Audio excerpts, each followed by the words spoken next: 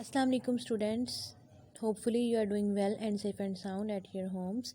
Today we will start our numericals of fourth chapter. So let's we start. First numerical is find the resultant of the following forces. यानी resultant force हमने find करना है. First हमारे पास क्या है 10n along x axis. Second है 6n along y axis and third है 4n along negative x axis. तो इसको हमने solve कैसे करना है.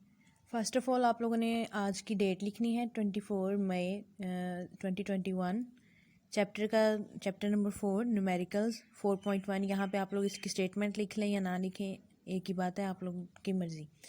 नेक्स्ट है गिवन डाटा. हमारे पास क्या है F1 10n along x axis, F2 जो है वो 6n along Y axis and F3 4n along negative X axis. इसकी पहले डायग्राम समझ लें आप, ये छोटी सी मैंने बनाई है आपके लिए. सबसे पहले एक्स एक्सिस जो इस तरफ है राइट साइड पे वो पॉजिटिव होगा, और जो दूसरी साइड पे है लेफ़्ट साइड पे वो नेगेटिव में होगा. तो जो एफ एक्सिस है F1 वो 10n है, वाई एक्सिस पे F2 जो है वो 6n है और F3 जो है वो नेगेटिव एक्स एक्सिस पे 4n है. ठीक है, ये 4n है. अब हमने फाइंड क्या करना है, रिजल्टेंट था. रिजल्टेंट क्या था, हेड टू टेल रूल के अकॉर्डिंग के एक की हेड के साथ दूसरी की टेल मैच करती है.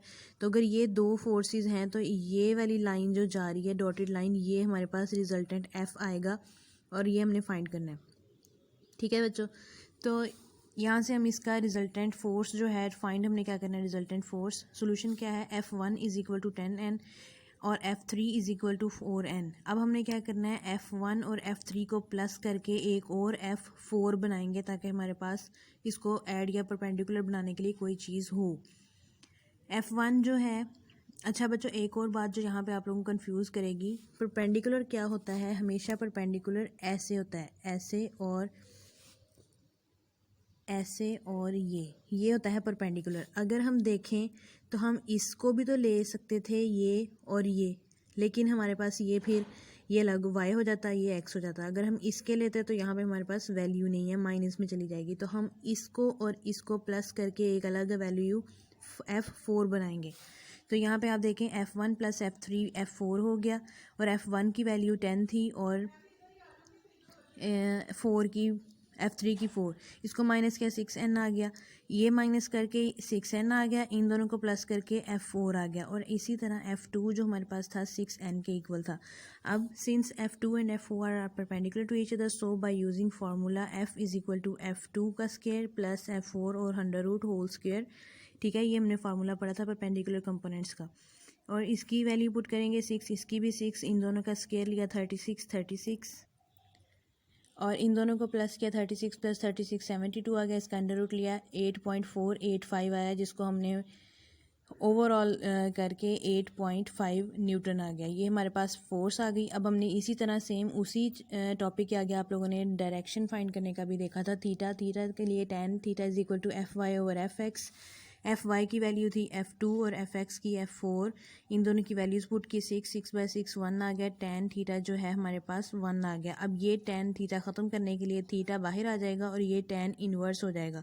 tan इन्वर्स और 1 इन दोनों की मल्टीप्लाई की, tan इन्वर्स आप लोग कैलकुलेटर पे लेंगे, शिफ्ट दबा के आपने tan दबाना, तो जो आंसर आएगा हमारे पास वो tan इन्वर्स की वैल्यू होगी, उसको 1 से मल्टीप्लाई कर देंगे तो थीटा का एंगल हमारे पास 45 डिग्री आ जाएगा. The angle will be 45 degree along x axis. ये कहाँ बना था मैं दिखाती, यहाँ पे इस डायग्राम में ये जो यहाँ पे एंगल बनेगा ये 45 डिग्री का हो जाएगा. ठीक है बच्चों, ये हमारा फर्स्ट न्यूमेरिकल यहाँ पे.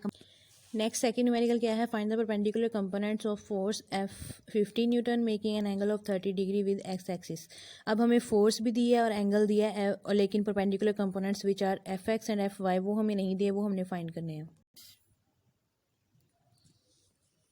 उसके बाद थर्ड न्यूमेरिकल है find the magnitude and direction of a force if its X component is 12n and Y component is 5n.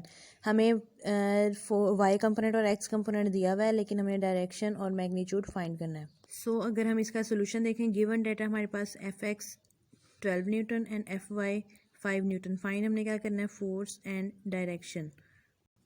Solution देखेंगे, सबसे पहले हम फोर्स का निकालेंगे। तो फोर्स हमारे पास थी F X square plus F Y square. हम इसका फार्मूला लेंगे परपेंडिकुलर कंपोनेंट्स वाला।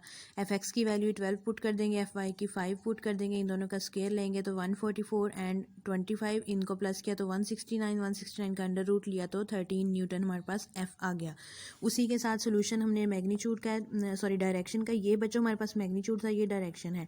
tan theta is equal to F Y over F X, theta is equal to tan inverse F Y over F X. ठीक है, ये theta आएगा तो tan inverse हो जाएगा। Theta is equal to tan inverse F Y की value 5 over 12, इसको हमने 5 और 12 को डिवाइड किया तो 0.41, और 0.41 को tan इनवर्स की वैल्यू के साथ मल्टीप्लाई किया तो 22.6 अलॉन्ग एक्स एक्सिस हमारे पास थीटा की वैल्यू आ गई। थीटा की वैल्यू ये एंड फोर्स की वैल्यू ये, हमारा यहाँ पे थर्ड न्यूमेरिकल कंप्लीट हो गया। ओके स्टूडेंट्स, आज आप लोगों ने 3 न्यूमेरिकल ही करने थे, इसको आप लोगों ने अच्छे से समझ भी लेना है और लिख भी लेना अपनी कॉपीज़ पे। स्टूडेंट्स, अल्लाह हाफिज़।